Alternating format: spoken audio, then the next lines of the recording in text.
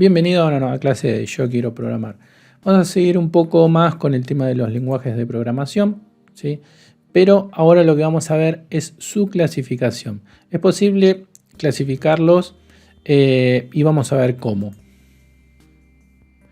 Bien, podemos tener algunos criterios para clasificar los lenguajes de programación. Podemos clasificarlos, por ejemplo, por su historia, según su nivel de abstracción, por los paradigmas, ¿sí? O por un propósito específico para el cual lo podemos utilizar.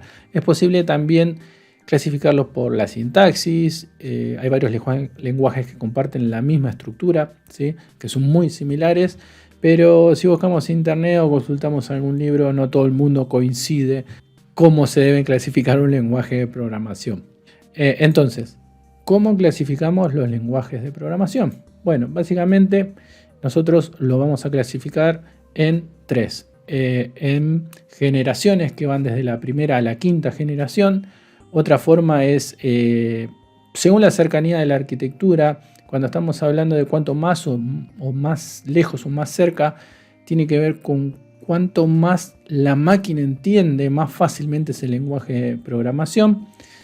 Y por último, por la estructura o la organización del código, o también por su paradigma, que pueden ser, por ejemplo, declarativos, imperativos, o el más utilizado hoy en la actualidad, que es orientación a objetos. Así que sigamos. Clasificarlo por generaciones, ¿no?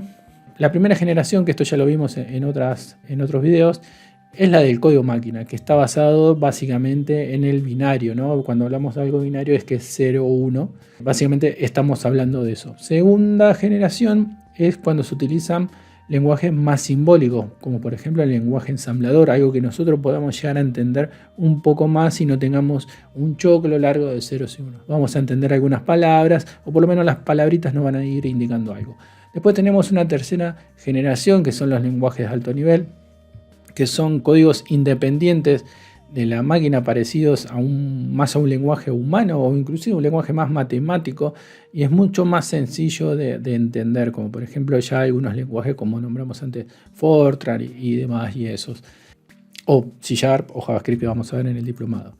Luego tenemos por ejemplo la cuarta generación, que ya son herramientas que permiten construir aplicaciones con piezas prefabricadas. Se suele asociar a algunos ejemplos como Clarion, Clipper, me había olvidado Clipper, Power Builder, etc. Es como que ya es mucho más sencillo y hasta a veces es muy gráfico hacer una aplicación o construir una aplicación. Se podría decir que hasta arrastro y tiro y puedo llegar a construir una pequeña aplicación rápidamente. Luego están los de quinta generación, en ocasiones se los llama así porque son lenguajes de inteligencia artificial, si bien preferimos asociarlos a cualquier lenguaje basado en la resolución de problemas. Las restricciones dadas por el mismo software y no a través de un algoritmo escrito por un programador, sino que la solución la termina buscando una máquina, por decirlo de alguna forma, que hayamos programado por medio de la inteligencia artificial. La clasificación por nivel o por abstracción se da, por ejemplo, lenguajes de bajo nivel. Sus instrucciones ejercen un control directo sobre el hardware y por lo tanto están condicionados a la estructura física, o sea, son muy dependientes de ese hardware. Es muy factible que una instrucción no sea igual en otro hardware, ¿sí? El uso del término bajo en su nombre no quiere decir que este lenguaje sea menos potente o menos importante que uno de alto nivel. Se refiere más que nada a la abstracción, a la cercanía que hablábamos antes de que está más cerca de la máquina, pero no lo hace menos importante. Y a esto recordemos que tenemos el lenguaje de código binario, el lenguaje máquina, el lenguaje ensamblador en gran medida. Después tenemos los lenguajes de alto nivel, que se encuentran más cercanos a un lenguaje natural que el lenguaje de la máquina. Esto quiere decir que al ser un lenguaje natural es más fácil de entender por una persona, por un ser humano.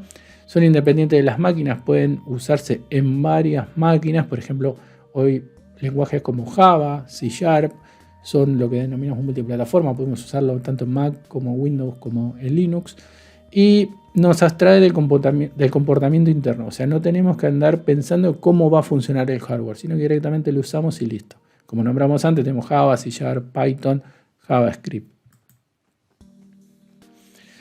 Y también, bueno, acá vamos a clasificarlos por paradigmas. Paradigmas hay varios y cada vez surgen nuevos, ¿sí? Pero los más conocidos son, por ejemplo, la programación imperativa, que es el más usado en general y se basa en dar instrucción a la computadora de cómo deben hacer las cosas. Como por ejemplo, tenemos C, Basic, Pascal, los lenguajes de toda la vida, como digo yo.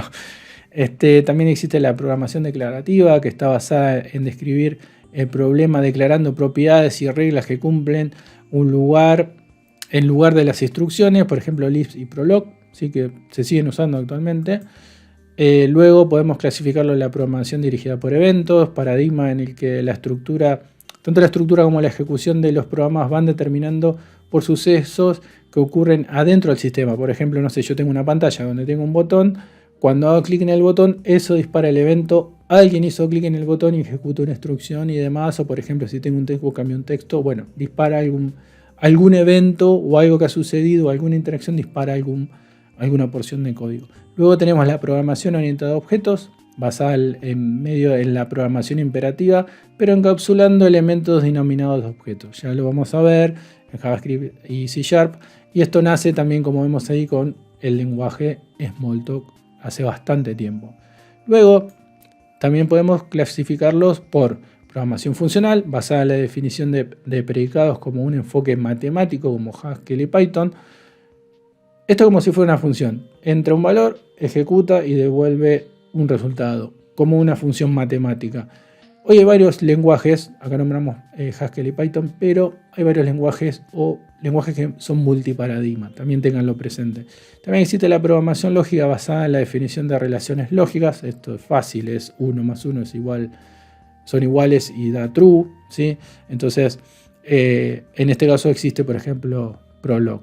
Y para cerrar algunas conclusiones, como vimos, hay muchos lenguajes y muchas formas de clasificar los lenguajes. Lo importante, tal vez, de la clasificación es entender para qué sirven y para qué se usan. Entonces, ¿y qué podemos sacar de conclusión? Bueno, los lenguajes podemos clasificarlos, tenemos muchas formas de clasificarlos y demás. Es bueno tenerlo presente por cada uno de los lenguajes y salvemos esta clasificación, más que nada cuando queramos aprender un lenguaje nuevo. Si un lenguaje, por ejemplo, está orientado a objetos, ¿sí? Ya sabemos que su paradigma será ese y será mucho más sencillo aprenderlo. Así que nada, toda información para tener presente. Sigamos con Yo Quiero Programar, vienen muchas más clases y muchas más cosas interesantes.